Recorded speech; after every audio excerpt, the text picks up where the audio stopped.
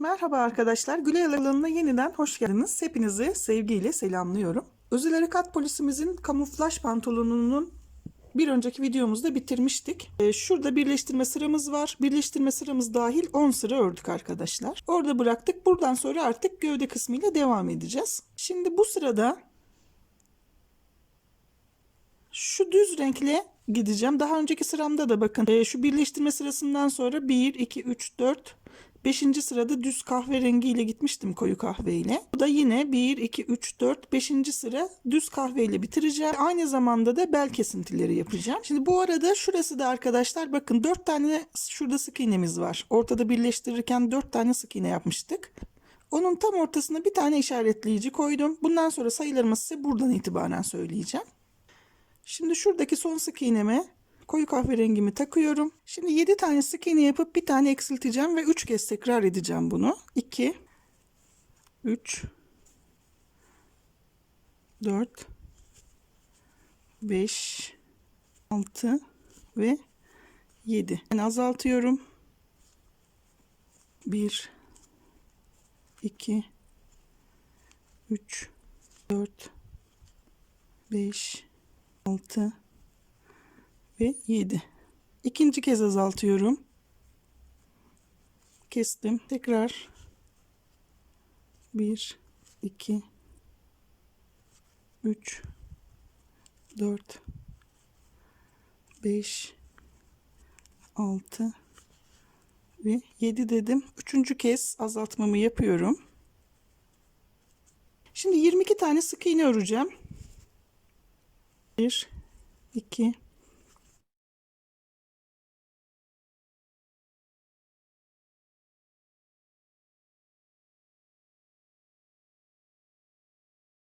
21 ve şu 22. sık iğnemi ördüm. Bir kez daha kesiyorum. Şimdi 2 kez 7 tane sık iğne yapıp bir keseceğim. 6 tane kesmiş olacağım. 2, 3, 4, 5, 6, 7. 5. kez artık azalttım ve son kez 7 sık iğne yapıp bir tane daha kesiyorum.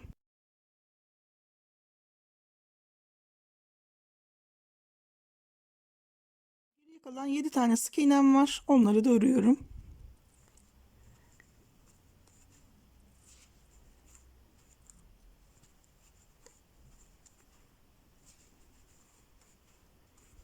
Evet, 6 tane azaltma yapmış oldum. Şu anda sık iğne sayımı 70'e düşürdüm. Şimdi şu son sık iğnemi arkadaşlar kemer rengime yapacağım iple alacağım. Ben şu açık bejle yapmak istiyorum. Şuradaki son sık iğnemi kemer için uygulayacağım renkle aldım. İlk sırayı bulo yaparak yapacağım. 70 tane sık iğnemizi ilk sırada bulo yaparak örelim. Ondan sonra da 3 sıra daha örelim arkadaşlar.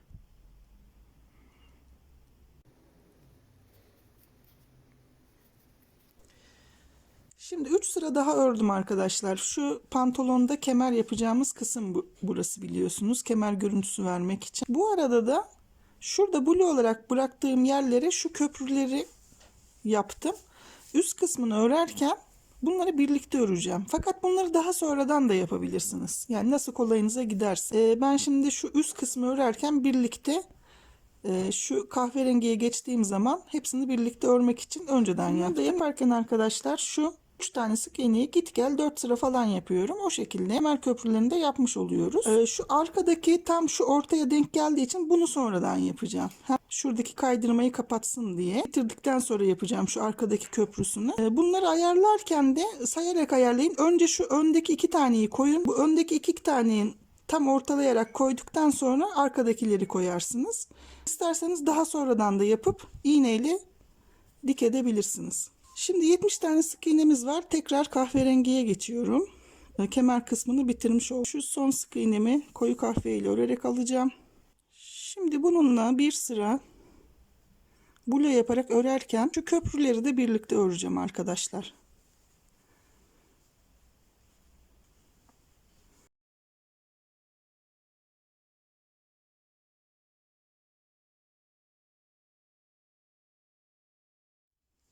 Bazen şöyle kayabiliyor, ona dikkat edin. Tam şöyle düzgün dursun. Şimdi bunu burada yapmayacağız. Buradaki 3 tane sık iğneyi birlikte arka ve önlü şu şekilde birlikte alarak öreceğiz.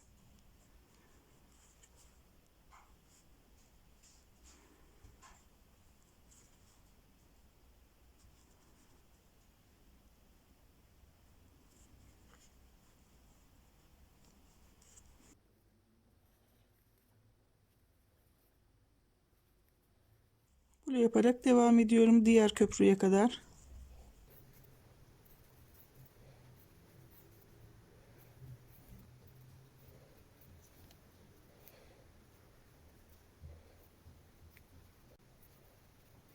Şimdi 3 taneyi birlikte öreceğim.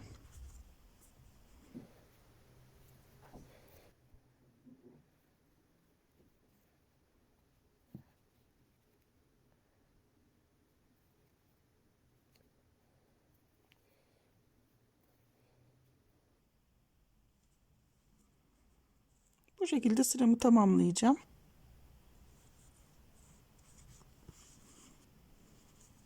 Sıramızı böyle tamamlayalım. Ondan sonra birlikte devam edelim. Şimdi blo yaparak bu sıramı tamamladım ve şu son sık iğnemde özel harekat polisinin üst kısmını, bluzunu bu renkte sütlü kahveyle yapacağım. Onu tercih ettim arkadaşlar. Çünkü internet açık kahve gibi ya da koyu kahve gibi tonlarda tişört ya da üst giydiklerini gördüm. Koyu kahve de vardı çünkü gördüğüm renklerde. Şimdi buradan blo yaparak 70 tane sık iğnemi bu renkle bir sıra örüyorum. Yine blo yapacağım bu sırada. Tişörte geçiş yaptığım için. Şöyle blo yaparak bir sıra örüp sıra başına gelelim. Yaparak sıramı tamamladım. Bir tane sık iğnem var, onları da yapayım. Şimdi 6 tane sık iğne yapıp bir tane keseceğim. 1 2 3 tane ördüm. 4 5 ve 6. Bir tane eksiltiyorum. Şimdi sıra sonuna kadar 12 tane sık iğne yapıp bir eksilteceğim ve sıramı tamamlayacağım arkadaşlar. 12 sık iğne bir eksilti yaparak bu sırayı örelim. Ve son kez 5. ve son kez azaltmamı yapıyorum. Bu sırada geriye kalan 6 tane sık iğnem var, onları da örüyorum.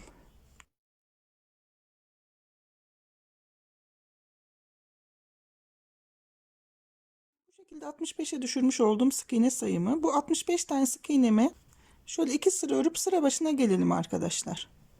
2 tur ördüm. Şimdi bir kez daha bir azaltma yapacağım, 4 tane. Ondan sonra bel kısmını bitirmiş olacağım. 8 tane sık iğne yapıyorum. Bir tane azaltıyorum.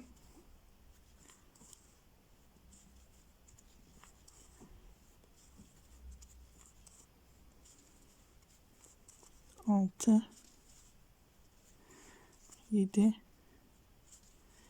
ve 8 dedim. 1 2 3 4 5 6 7 8, bir tane azaltıyorum. Şimdi 12 tane sık iğne yapıp bir tane daha azaltacağım.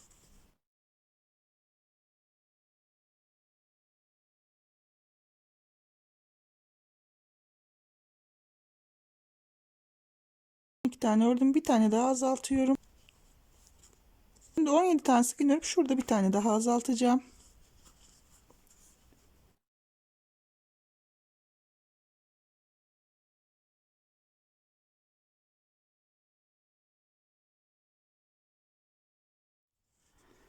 (16) ve 17. sık iğnemi ördüm. Bir tane daha azaltıyorum. Şimdi 12 tane sık iğne yapıp son kez bir tane daha azaltacağım arkadaşlar bu sırada.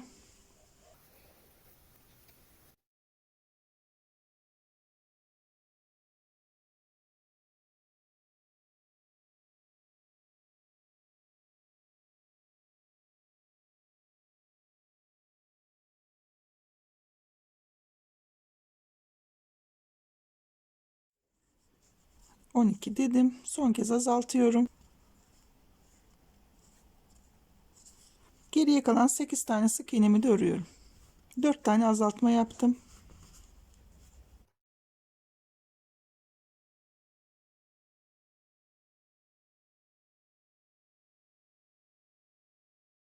Tek sık iğne örüp sıramı tamamladım arkadaşlar. Şu anda 61 tane sık iğnemiz var. Bu 61 tane sık iğnemizi 3 sıra örüp sıra başına gelelim arkadaşlar. Evet, 61 tane sık iğnemi 3 sıra ördüm.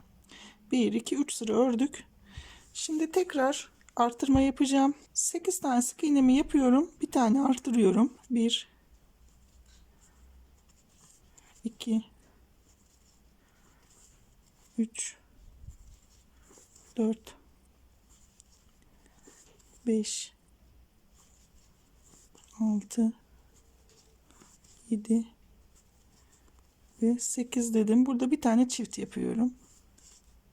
Azalttığım sık iğneleri yerine koyacağım.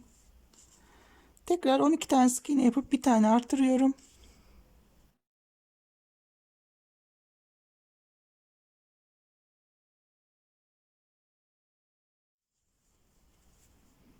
...12 dedim ve burada bir tane çift yapıyorum.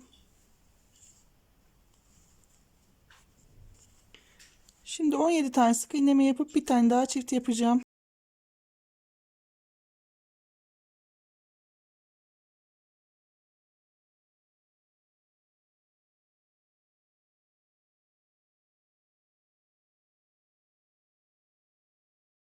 ...17 tane sık iğnemi yaptım. Bir tane daha çift yapıyorum.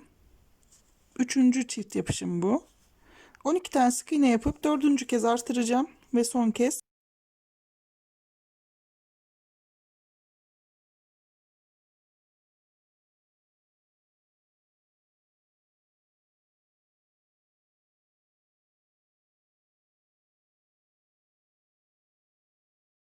Ve dördüncü çiftimi yapıyorum. Ve sonuna kadar kalan 8 tane sık iğnemi örüyorum.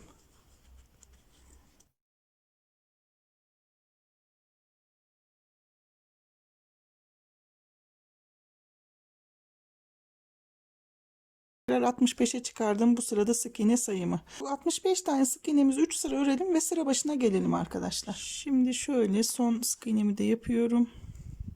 65'e çıkardıktan sonra burada artırmıştım. 1 2 3 sıra ördüm arkadaşlar. Şimdi 6 tane sık iğnemi yapıyorum. Bir tane artırıyorum. 1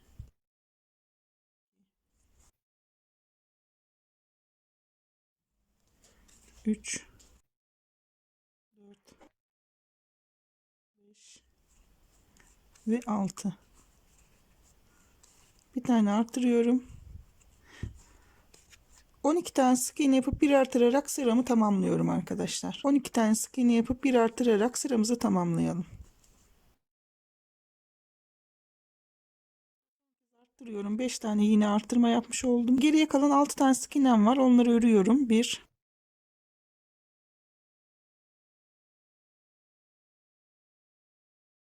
5 ve 6 tane sık iğnemi de ördüm. Bitirdim sıramı. Şimdi tekrar 5 tane artırma yaptık ve 70'e çıkardık sık iğne sayımızı. Bu 70 sık iğnemizi 3 sıra örelim ve sıra başına gelelim.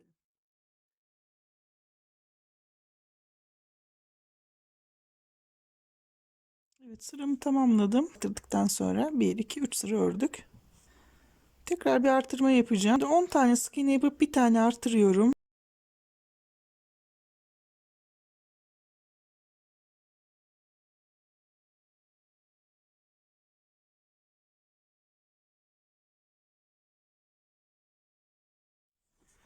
Dokuz ve 10 dedim. Bir tane artırıyorum burada.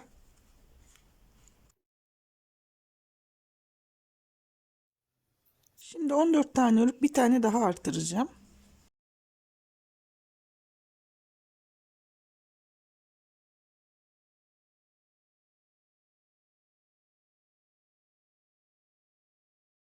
Ve 14 tane ördüm. Burada bir tane daha artırıyorum.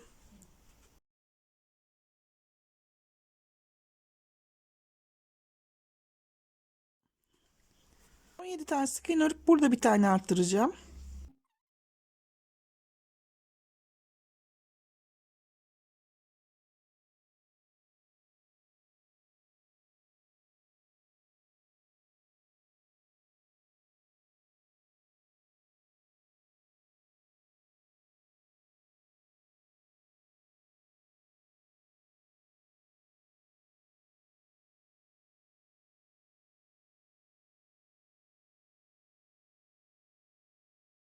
16, 17 tane ördüm. Bir bakacağım. İstediğim yere gelmedi. Şuraya gelmesini istiyordum. Bir tane daha öreceğim arkadaşlar. 17, 18 tane ördüm. Bir tane çift yapıyorum.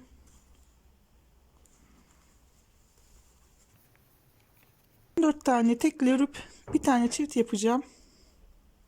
Son kez artırmış olacağım. 1,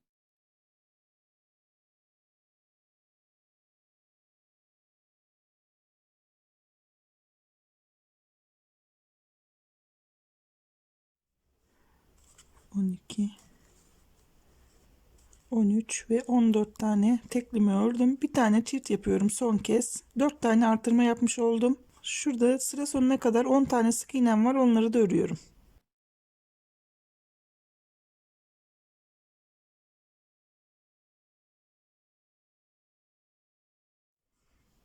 Sıramı tamamladım.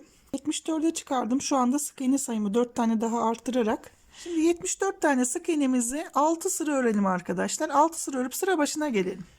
Şimdi arkadaşlar 74 tane sık iğnemi 6 sıra ördüm.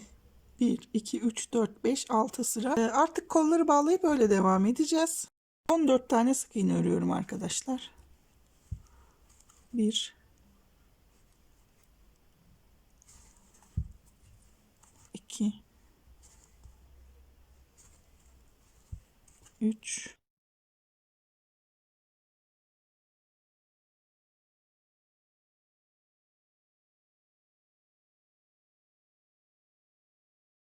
14 tane sık iğne ördüm. Şu sol elimi şu ortada bitirdiğim yerden arkadaşlar 1, 2, 3, 4 sık iğne sonrasına geliyorum.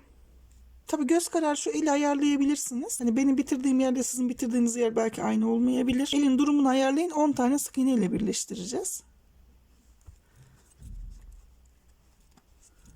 Şuradan birlikte örerek alıyorum. 2,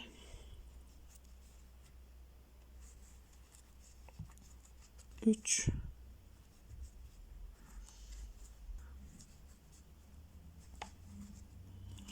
4,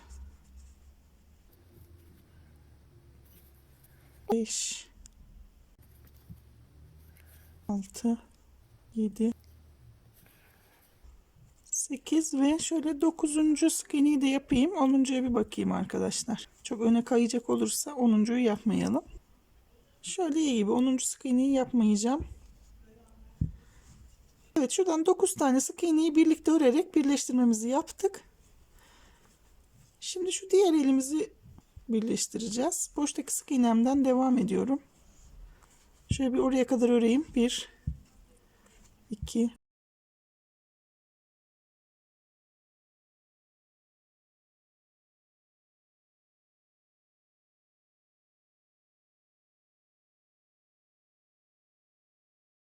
29 ve 30 dedim. Şimdi 30 tane ördüm. Şu elde de şu bitirdiğim yerden bakın kaydırarak bitirdiğim yerden 1, 2, 3, 4, 5 sık iğne önce giriyorum. Tam ortada bitirdiğim için. 31. sık iğneme elle birlikte sık iğnemi birleştirdim. 9 tane öreceğim biliyorsunuz. Birinciyi ördüm.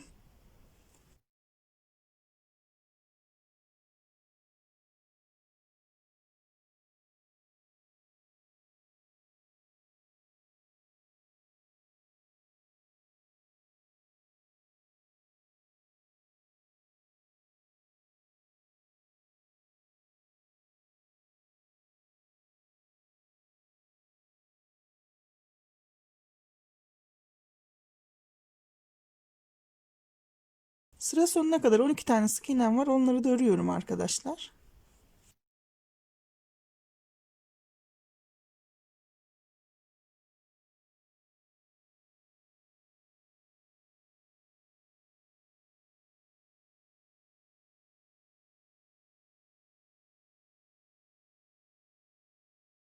Ellerimizi birleştirdik.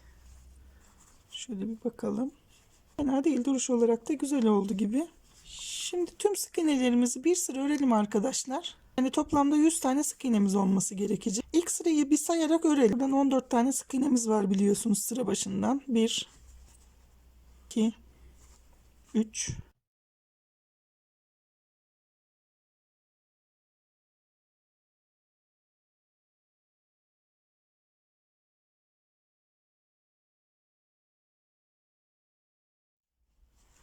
13 ve 14 tane gövdedeki sık iğnemi ördüm. Şuradan itibaren 22 tane de koldan öreceğim arkadaşlar.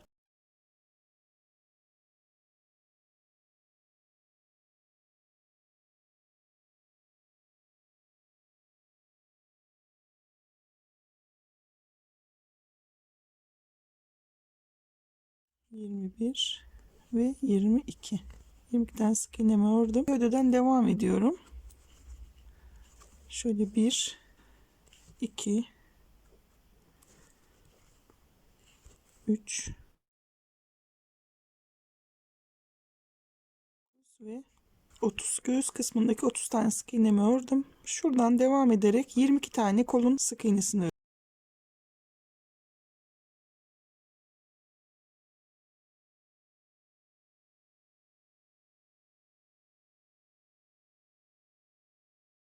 ...20, 21 ve 22. sık iğnemi ördüm. Şimdi sırt kısmından devam edeceğim. 12 taneydi biliyorsunuz sık iğne sayımız. 12 tane sık iğnemi örüyorum. 1,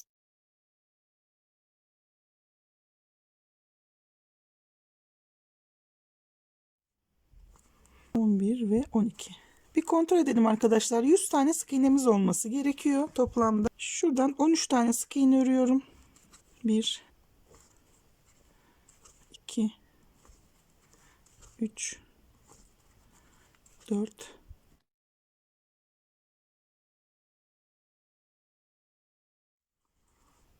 11, 12 ve şu 13. sık iğnem. 14. sık iğnem ve koldaki ilk sık iğnemi birlikte örüyorum. Bir tane kesiyorum arkadaşlar burada.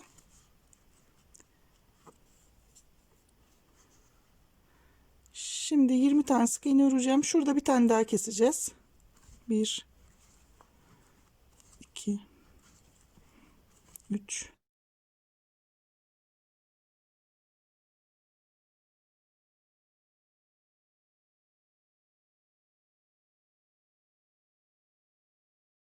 19 ve 20 tane sık iğnemi şöyle ördüm. Şuradan bir tane daha kesiyorum.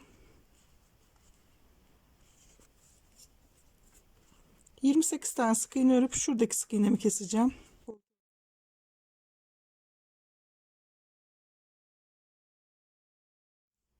27 ve 28 tane sık iğne ördüm.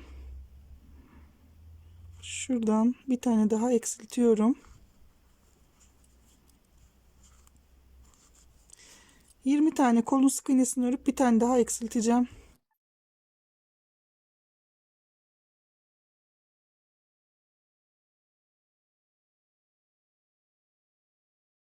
...19 ve şu 20.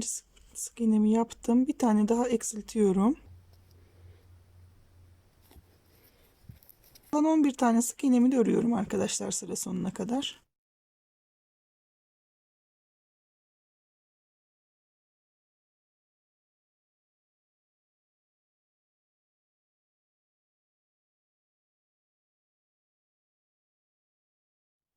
Dört tane azaltma yapmış olduk. 96'ya düşürdük sık iğne sayımızı.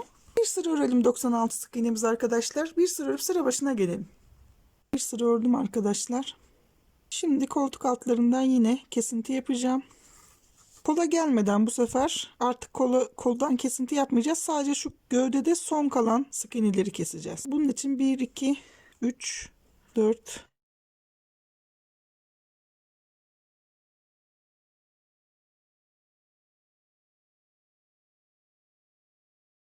11 ve 12 tane sık iğne örüyorum. Şuradan bir tane eksiltiyorum.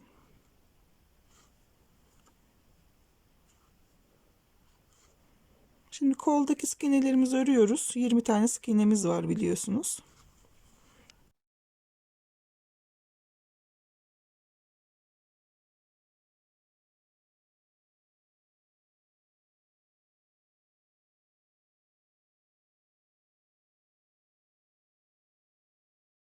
20 tane sık iğnesini ördüm kolumun.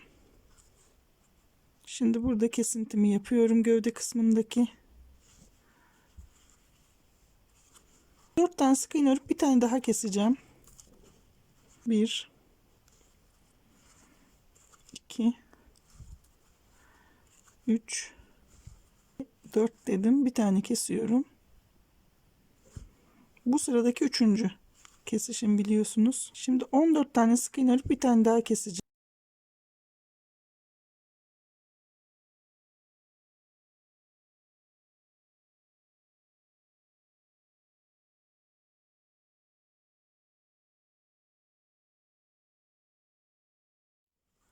On dört tane ördüm.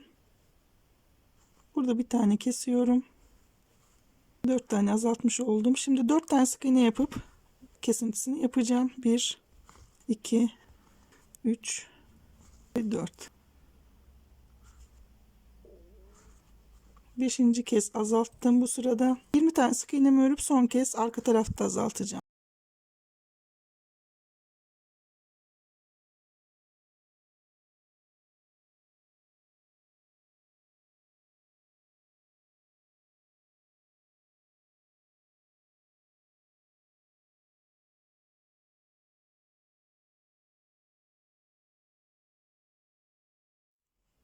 On dokuz ve 20 tane kolun sık iğnesini ördüm. Buradaki azaltmamı da yapıyorum. Bu 6. azaltmam. Sıra sonuna kadar kalan sık iğnelerimi de öreceğim arkadaşlar.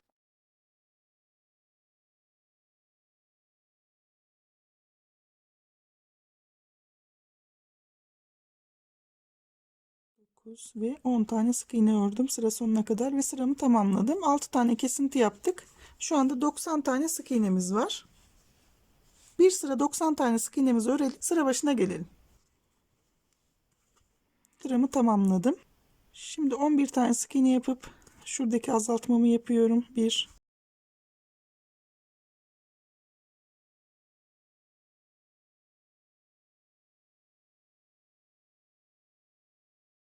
11 tane sık iğnemi yaptım. Bir tane kesiyorum.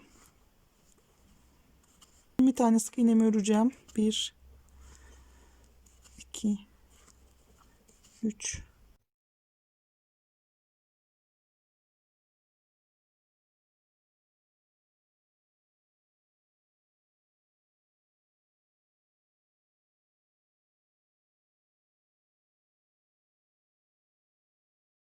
20 tane sık iğnemi ördüm.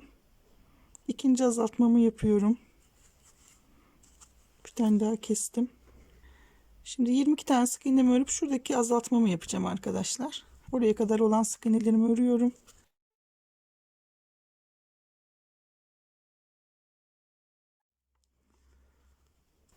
Yirmi bir ve 22 tane sık iğnemi ördüm. Bir tane eksiltiyorum. 20 tane sık iğnemi örüp bir tane daha eksilteceğim son kez. 1 2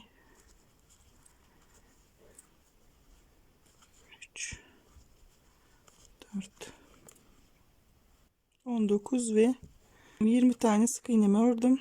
4. azaltmamı yapıyorum arkadaşlar son kez. Sıra sonuna kadar kalan sık iğnelerimi örüyorum.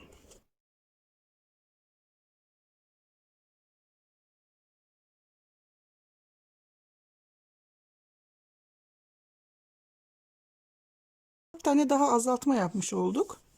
86'ya düşürdük arkadaşlar sık iğne sayımızı. Evet, devam ediyorum. Artık bu sırada da keseceğim. 1 2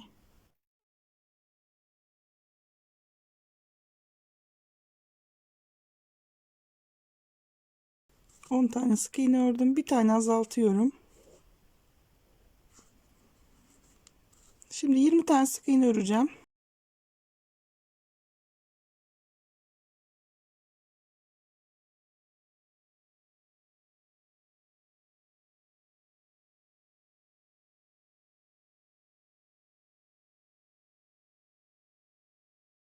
On sekiz, 19 ve 20 tane daha azaltıyorum. İkinci azaltmam bu. 4 tane sık iğne örüp bir tane daha azaltacağım. 1 2 4 dedim. Bir tane azaltıyorum. 8 tane sık iğne örüp bir tane daha azaltıyorum arkadaşlar.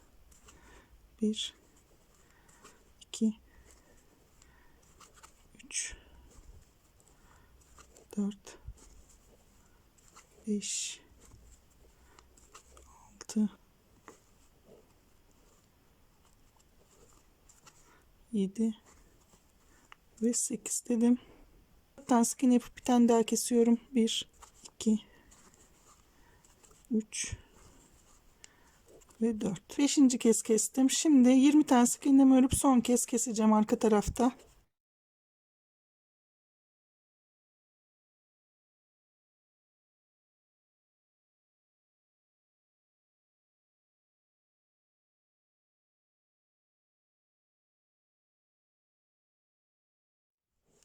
Altıncı kez azaltmamı yaptım ve sıra sonuna kadar kalan sık iğnelerimi örüyorum.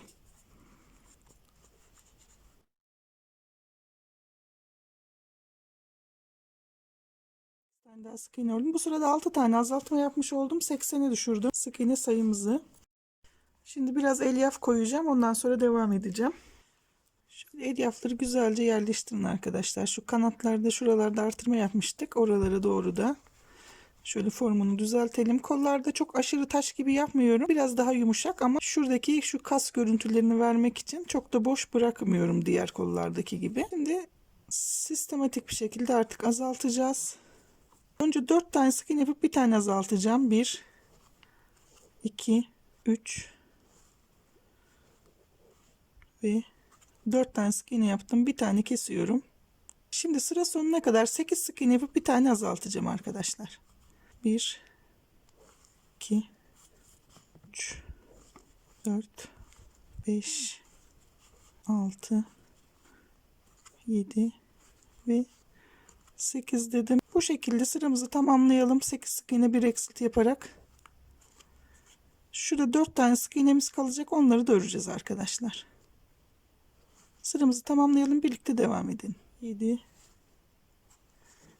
ve 8 dedim. Son kez bir tane daha eksiltiyorum. Ben 4 tane sık iğnemi de örüyorum arkadaşlar.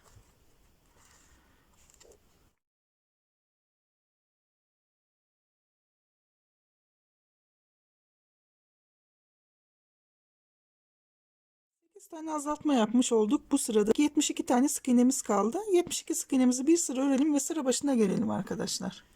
Şimdi 7 tane sık iğne yapıp bir tane eksiltiyorum. Sıra sonuna kadar 7 sık iğne yapıp bir eksiltelim.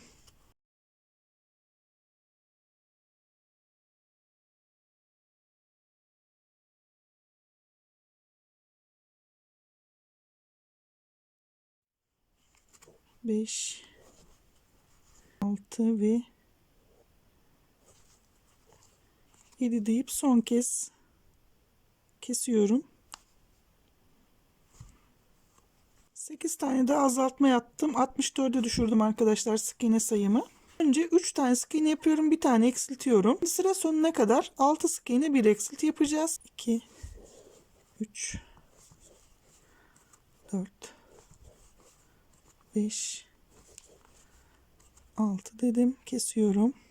Sıramızı bu şekilde tamamlayalım. 6 sık iğne bir eksilti.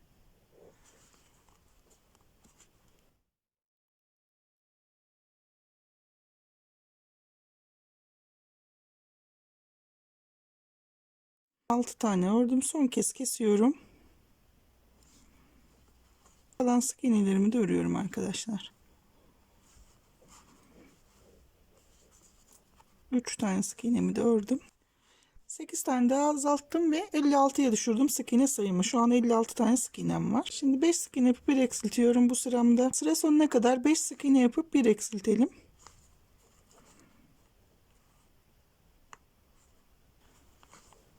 4 ve 5 deyip son kez kestim. 8 tane daha azalttım. Şu anda 48 tane sık iğnem var arkadaşlar. Bir tane sık iğne yapıp bir tane azaltıyorum. 1 2 Sıra sonuna kadar 4 tane sık iğne yapıp bir tane azaltacağım. 1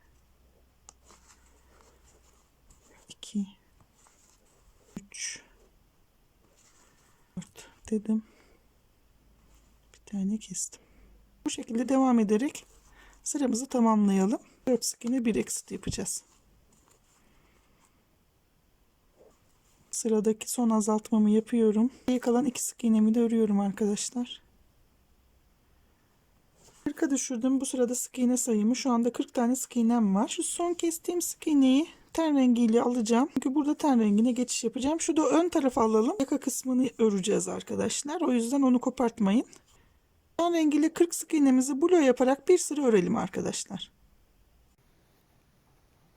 Şöyle bakın blo yaparak bir sıra örelim ve sıra başına gelelim. Tamamlayıp doldurdum. Şu omuzlara doğru şu kısımlara güzelce itiyorum. Arkadaşlar gövdeyi doldurduktan sonra yüz yuvarlak gözükmesin diye, yani gövdenin formunu şuradan şöyle bastırarak elyaflara biraz şekil verin. 3 tane sık iğne yapıp bir azaltıyoruz. Bir sıra 3 dedim, bir tane kesiyorum. Bir sıra 3 sık iğne yapıp bir azaltacağım.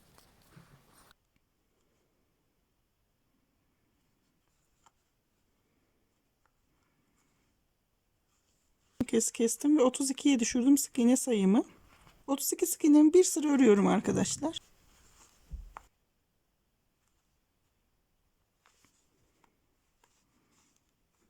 Evet, sıramı tamamladım. Şimdi 2 tane sık iğne yapıp bir eksilteceğim.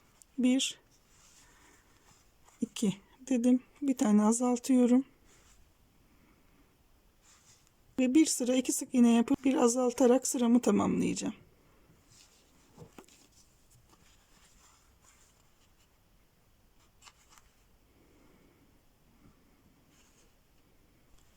Evet, şöyle 24'e kadar düşürmüş olduk sık iğne sayımızı. Bu 24 tane sık iğnemizi arkadaşlar 5 sıra örelim. Ondan sonra boyun kısmımızı da bitirmiş olalım. Şöyle 5 sıra ördüm arkadaşlar. 24 tane sık iğnem vardı. Şimdi şu blue olarak bırakmış olduğumuz yeri yapacağım. Buradan tekrar aynı yere giriyorum. Yaparken 4 tane sık iğne yapıp bir tane eksilterek yapacağım arkadaşlar. Birinciyi yaptım. 2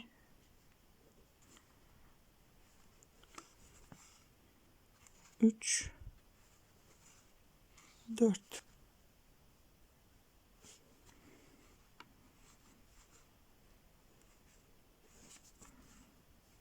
kestim bir tane.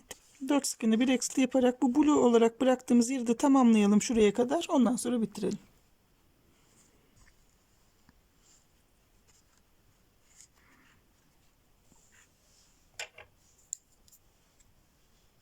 Tokayı da bu şekilde yaptım arkadaşlar. Böyle basit bir toka yapacağım kemer için. Kendi renginden yapacağım. Şöyle 1, 2, 3, 4, 5 tane zincir çektim arkadaşlar. Şöyle git gel 4 sıra falan öreceğim.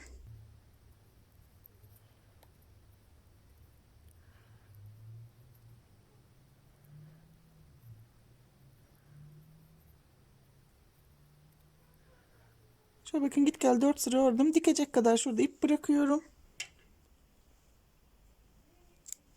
Bunu şuraya dikeceğim arkadaşlar. Şuraya. Kemer tokası gibi görünsün diye. Tam şuraya dikelim. Kemerimiz de bitmiş olsun.